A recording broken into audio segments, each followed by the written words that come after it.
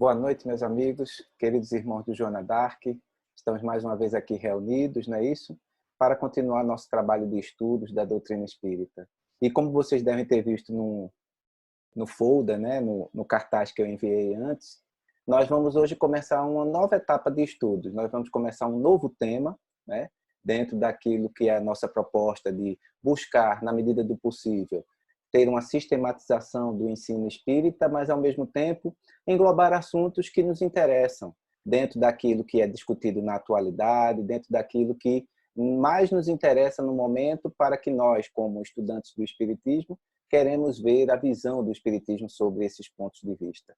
E, sem mais delongas, eu quero começar o estudo de hoje, né? Nós vamos começar uma série de encontros onde nós pretendemos aprofundar cada vez mais o interesse no entendimento desse grande fenômeno que é o perispírito, né?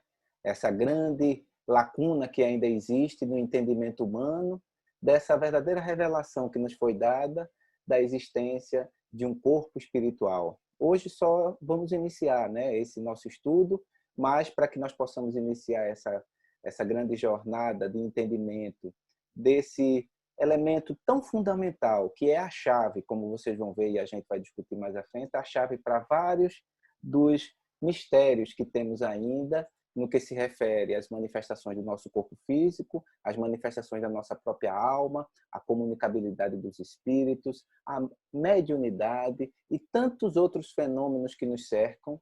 A chave está no entendimento do corpo espiritual, ou do que nós chamamos no espiritismo, na ciência espírita, de perispírito.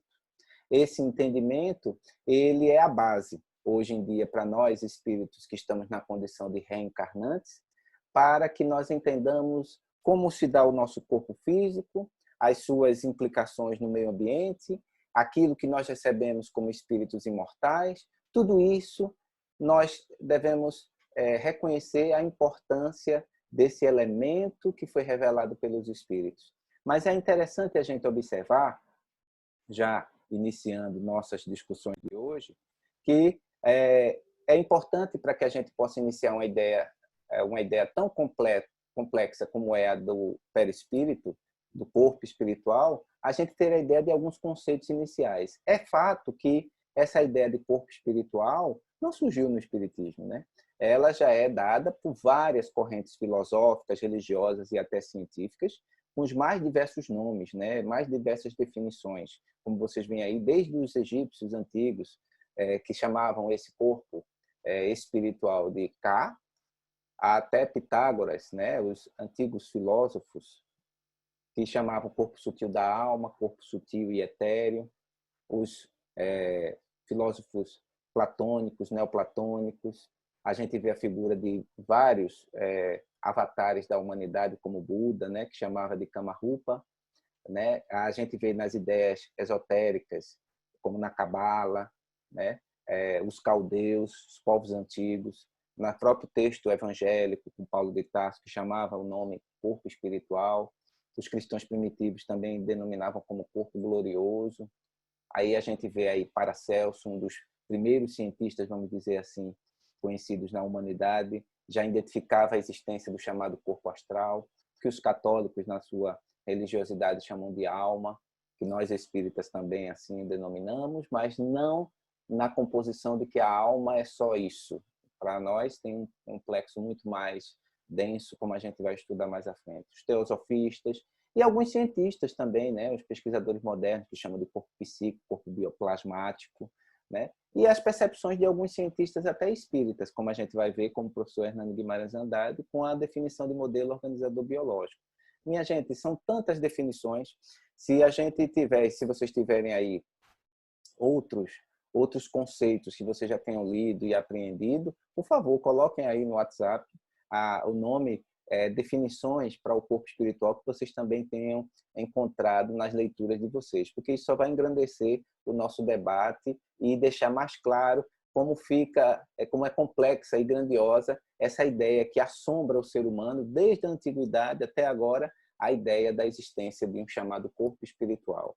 Mas o que seria esse corpo espiritual? Mas antes da gente aprofundar, é importante a gente continuar a ver alguns conceitos importantes, porque a ideia é tão grande que o próprio Espiritismo, como uma ciência experimental, veio também apresentar as suas ideias sobre a definição do que seria esse corpo espiritual.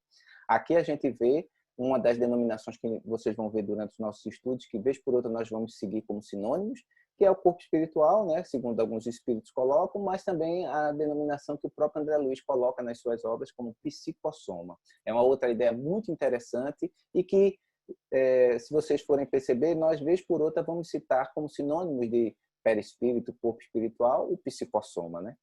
A gente também tem a ideia de outro conceito espírita, como eu falei há pouco, do modelo organizador biológico. Nós vamos nos dedicar, em algum momento do nosso estudo, mais à frente, a tratar dessa teoria tão interessante das ideias explanadas pelo professor Hernando Guimarães Andrade, um pesquisador brasileiro extraordinário, que, como vocês que me conhecem sabem o quanto eu admiro, nas ideias que ele traz em algumas obras dele, muito interessantes. Nós vamos também nos dedicar a estudar um pouco ele, ao pensamento do professor Hernando Guimarães. E também outro pesquisador espírita também, infelizmente pouco conhecido, mas que também trouxe uma contribuição enorme na sua literatura, é o professor Henrique Rodrigues, que dá o termo de corpo espiritual como corpo estruturador da forma.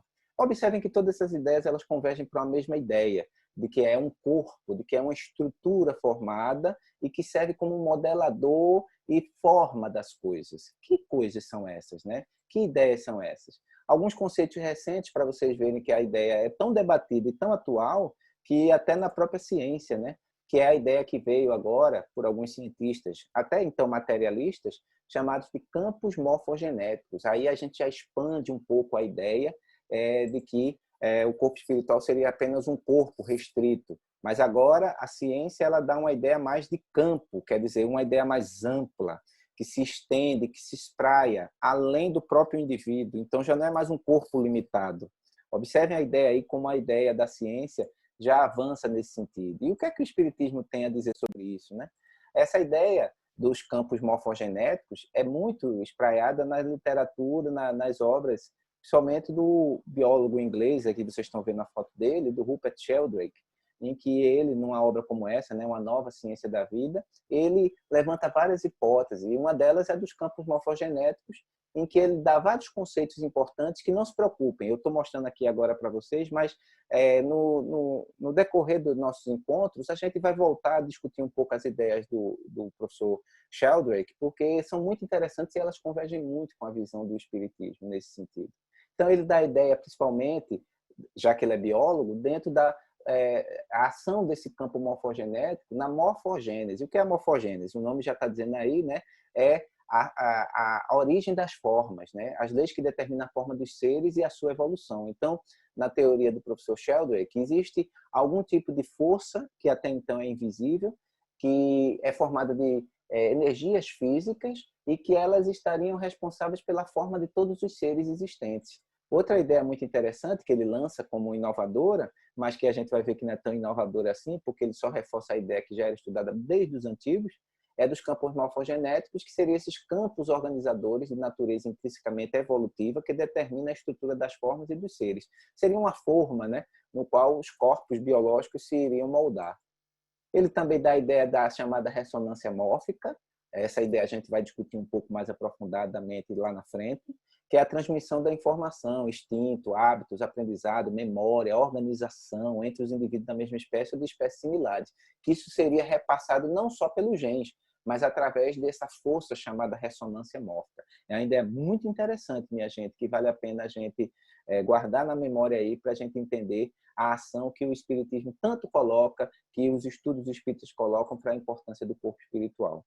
E ele fala também de outra ideia interessante, que é a causação formativa, onde todos os sistemas auto-organizadores são organizados por campos mórficos. Então, toda a ideia do professor Sheldrake, ele fecha num conceito muito interessante de que existe, antes do corpo físico, existe uma energia ou um campo organizador biológico. Vejam aí a convergência com a ideia, por exemplo, do professor Hernando Guimarães Andrade, de que essa energia, esse campo físico, ele organizaria e seria responsável pela transmissão das heranças, das características que uma espécie, que um indivíduo leva para os seus descendentes num processo de hereditariedade e de evolução. Muito interessante essa ideia de continuidade, porque mostra que se existe um campo que guarda essa memória, que guarda todas essas informações e que são repassadas à medida que o tempo vai avançando, e isso não se perde entre as espécies, dá aquela ideia muito grande da perpetuidade, da integridade do ser e da formação dos próprios corpos físicos. E essa ideia ela coaduna muito bem com a tese espírita, né, da imortalidade da alma, né, como a gente vai ver mais à frente. Mas avançando ainda nessa ideia de alguns conceitos, a gente vai ver que para o espiritismo todos esses nomes que foram dados, né, campo morfogenético, né, corpo espiritual, o nosso mestre Kardec ele coloca muito bem a ideia do perispírito. Por que Kardec construiu essa terminologia perispírito, né? Como vocês devem lembrar, no início do Livro dos Espíritos, Kardec coloca que para ideias novas, termos novos. Então ele teve a necessidade de cunhar esse termo novo chamado perispírito. Porque no entendimento de Kardec, como ele diz muito bem, o homem é um espírito encarnado em um corpo material, como nós já sabemos pelo fenômeno da reencarnação. E essa estrutura chamada perispírito é um corpo semimaterial que une duas entidades de natureza distinta, o espírito, de natureza espiritual, e o corpo, né, físico, que tem a natureza material. Então, precisaria de um laço de união. É a primeira ideia que Kardec defende para a existência do chamado perispírito, ou como sinônimo, corpo espiritual. Lá no Livro dos Espíritos é a primeira vez que é colocada essa ideia do perispírito, e a gente vai ver isso, por exemplo, lá na questão 93, quando Kardec pergunta aos espíritos, o espírito propriamente dito nenhuma cobertura tem, ou como pretendem alguns, está envolto numa substância qualquer? E aí os espíritos respondem a Kardec, envolve-o uma substância vaporosa para os teus olhos, mas ainda bastante grosseira para nós. As vaporosa, entretanto, para poder levar-se na atmosfera e transportar-se aonde queira. Minha gente, nesse simples resposta dos espíritos está guardada aí N questões que vão se desdobrar aqui, vocês vão ver em nosso estudo, por vários aspectos das chamadas propriedades do perispírito, que são as mais diversas, e a ciência espírita, a ciência paranormal, a ciência parapsíquica tem descoberto cada vez mais algumas facetas interessantes deste campo fluídico, deste corpo semimaterial, dessa substância, como diz os Espíritos aí no Livro dos Espíritos, vaporosa, mas que tem importância fundamental na ligação entre a entidade espiritual e o corpo material, o plano físico, de certa forma. Então, a gente vai ver o quanto é importante esse estudo do perispírito nesse contexto. Mas a ideia do perispírito, Kardec reforça ainda mais lá no Livro dos Médiuns, quando ele coloca a ideia de onde ele tirou a ideia para perispírito. E ele coloca muito bem, né? Do grego, peri quer dizer em torno. Então, Kardec ainda dá um outro acréscimo aí ao conceito de perispírito, quando ele coloca que é um envoltório semimaterial do espírito. Ponto. Envoltório quer dizer aquilo que envolve, de natureza semimaterial do espírito. Nos encarnados, serve de intermediário entre o espírito e a matéria, como a gente viu lá no Livro dos Espíritos. E nos espíritos errantes, quer dizer, nos desencarnados, que não têm um corpo físico, constitui o corpo fluídico do espírito.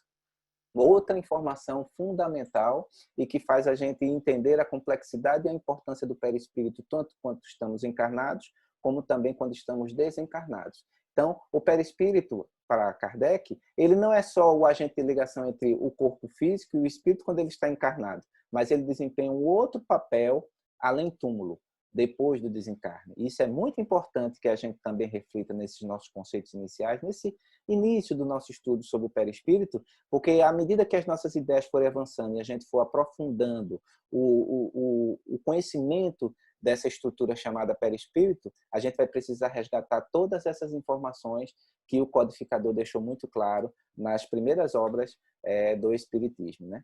Isso é o alicerce fundamental para que a gente possa entender a ideia do perispírito. Então, para Kardec, observem, mais do que alguns anteriormente, antes dele, tenham estudado, Kardec percebeu pela sua sensibilidade científica e filosófica, pela sua altivez espiritual, ele percebeu que essa estrutura que ele até então tinha identificado, que ele chamou de perispírito, ela, além de ter a função de ser um envoltório, como a gente leu agora no texto da codificação, ela é um elemento de ligação, isso a gente viu. Então, além de ser um envoltório, vejam só os aspectos mais amplos que o corpo espiritual, o perispírito tem para o espiritismo. Além de ser um envoltório, ele é um elemento de ligação.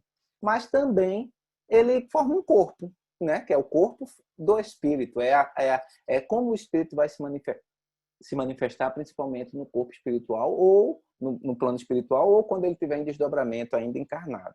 Mas também tem outra informação importante que a gente aprende com o espiritismo. Esse perispírito, esse corpo espiritual, ele também guarda as nossas memórias.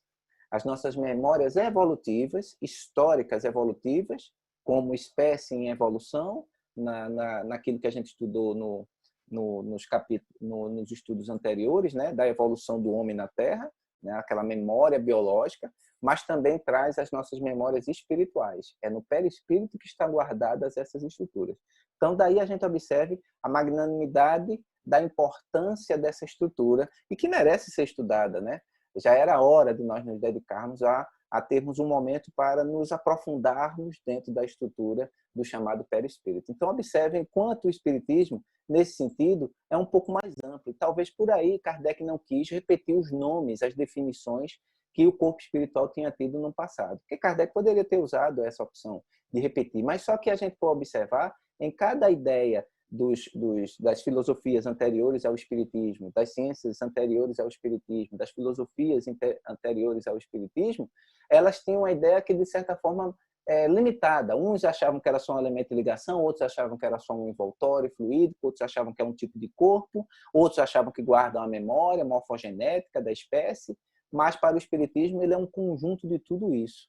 E, nesse sentido, observem que quando a gente compara, né, as mais diferentes ordens filosóficas e esotéricas que dão definições a vários tipos de manifestações e que eles chamam de corpos, como, por exemplo, vocês estão vendo aí na imagem, o corpo búdico, nirvânico, corpo mental, corpo astral, duplo etérico, para o espiritismo, nessa linha aqui à direita, nessa coluna à direita, vocês veem que Kardec ele resume tudo isso, ele sintetiza para facilitar o nosso entendimento. Aquilo que as culturas anteriores tentaram de uma forma até complexa e que era até fadada só aos iniciados, né?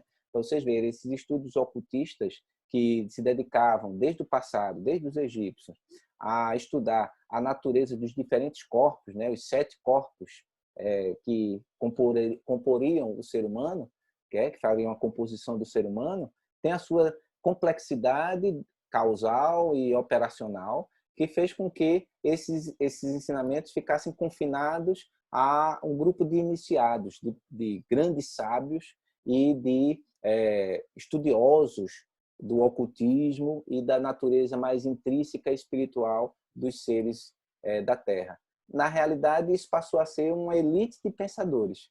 Com o espiritismo, que veio para quebrar esse véu de mistério, de ocultismo que existia sobre essas verdades espirituais, Kardec usa a metodologia para simplificar. Então, ele chama, como vocês estão vendo aí, todos esses corpos que tem lá nas suas literaturas específicas, suas especificidades e suas complexidades, Kardec chama toda essa estrutura de perispírito, como vocês estão vendo aí. Então, para Kardec, nós teríamos essa composição de espírito, a alma imortal, o perispírito e o corpo físico, apenas. Para Kardec, o entendimento do perispírito dentro da sua complexidade, das suas diferentes habilidades e funções, pode ser muito bem descrita de uma forma mais sucinta. Essa foi a ideia do grande educador Kardec. Então, ao dividir, né, segundo o Espiritismo, a estrutura humana, do ser humano, da complexidade humana em espírito, perispírito e corpo físico, de certa forma, ele simplificou bastante o entendimento. Porque, observem, há tantas ideias, há tantas questões que ainda fogem à nossa compreensão, que se nós criarmos muitos subtipos, é óbvio que os estudos mais avançados mostram que realmente existem várias facetas desse chamado perispírito, desse corpo causal único, que Kardec definiu como perispírito, esse grande campo de repercussão, mas que ele se desenvolve em várias etapas, várias habilidades, e podemos chamar assim de vários corpos de manifestação, mas para o primeiro entendimento é importante que a gente entenda que todos esses corpos, eles desenvolvem basicamente a mesma finalidade.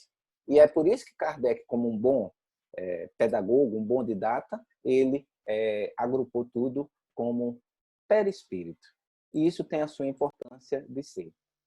Dentro dessa perspectiva da ótica espírita agora, aprofundando um pouco mais a ótica espírita, se nós somos compostos de espírito, perispírito e corpo físico, para Kardec fica muito claro que o espírito é esse ser indefinido, abstrato, que não tem forma, e que para se manifestar ele precisa estar encorpado dentro da sua jornada evolutiva em corpos temporários. E esses corpos temporários são formados de duas naturezas. Uma, através do fluido cósmico, de natureza semimaterial, oriundo do planeta em que o espírito está estagiando no momento, que é o seu perispírito, como vocês estão vendo aí, e um corpo material mais denso, também vindo do fluido cósmico universal, mas que tem um papel importante de ser o agente direto de ligação da essência mais etérea em nós, que é o espírito, com a matéria física bruta, para que nós possamos trabalhar como co-criadores em plano menor. Dentro dessa perspectiva que o Espiritismo coloca, a gente observa que, no primeiro, né, o corpo físico, ele compõe o que nós chamamos de ser material, que é semelhante ao dos animais, né? Tem o mesmo, e é animado pelo mesmo princípio vital. Isso é o que nos assemelha com as outras espécies animais. Paralelamente a isso, nós somos animados por uma alma, ou espírito em letra maiúscula, como nós discutimos no estudo passado, que eventualmente e temporariamente encarna-se nesse primeiro corpo, que é o corpo material. Para que isso ocorra, é necessário um terceiro elemento, que é, como vocês estão vendo aí, o princípio intermediário, ou, como nós chamamos a partir de agora, perispírito, que é essa substância semimaterial que serve de primeiro envoltório ao espírito, e que se perpetua, o espírito traz antes de reencarnar e leva depois que desencarna, e liga a alma ao corpo. Tais no fruto o germe, o perisperma e a casca. Aí vem uma ideia bem didática que o Kardec colocou para que nós possamos entender como se dá essa relação entre esses três esferas do ser. O perispírito, o corpo físico e o espírito. E aí ele faz uma analogia no que ocorre com um fruto comum que a gente pode ver e colocar como um exemplo e analogia. Nisso, Kardec trouxe uma sabedoria extraordinária, como um bom educador e professor que era. Dentro dessa perspectiva, para mostrar mais densamente onde estaria o perispírito, qual a sua finalidade, Kardec deixa muito claro aqui que envolvendo o germe de um fruto há um perisperma. Do mesmo modo, uma substância que, por comparação, se pode chamar de perispírito.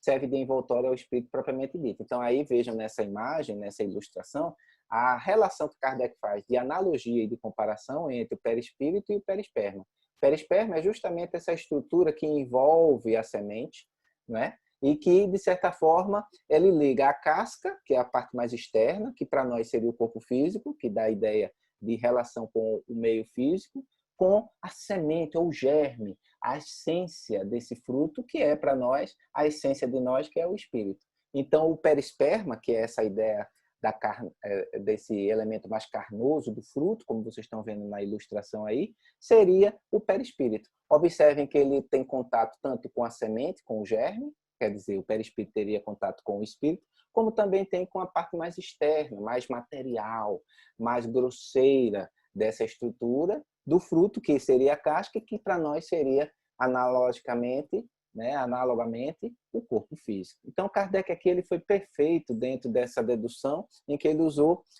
o mecanismo da analogia, que é um mecanismo psicológico muito interessante que ajuda a gente mentalizar e entender o que seria o perispírito para nós outros. Dentro desse contexto, a gente vai ver também que chegamos a uma conclusão de que o estudo do espírito e do perispírito, esse estudo correlacionando o espírito e o seu perispírito, é a chave para o entendimento e a solução dos grandes problemas do ser humano. E é mesmo, minha gente. À medida que a gente vai estudando o espiritismo, a gente vai percebendo o quanto o perispírito ele está ligado diretamente aos principais fenômenos da nossa vida, da nossa existência, seja quando estamos encarnados ou desencarnados. Então, o entendimento correto, o mais profundo que nós possamos chegar, do entendimento das funções e da realidade do perispírito em nossas vidas, mais poderemos entender os fenômenos que nos cercam, o que acontece conosco, como sentimos, como vivemos, como nos manifestamos, como adoecemos, a gente observa que o perispírito é a chave. Realmente é a chave que abre esta imensa porta que vai dar acesso ao conhecimento da nossa própria natureza de espíritos ainda imperfeitos. Então, essa dádiva de entendimento do corpo espiritual, do perispírito, ele é um passo crucial para nós estudantes, para nós que galgamos entender a nossa espiritualidade. Dentro desse conceito, né, mais amplo de que o perispírito é a chave, me permitam mostrar aqui um vídeo que dá uma ideia, né, dentro do Cosme Masi, que é um dos grandes pesquisadores e estudiosos, e ele faz uma síntese do que a gente vai estudar de forma mais detalhada mais à frente. Vamos escutar um pouco dessa curta definição que o Cosme Masi faz do perispírito.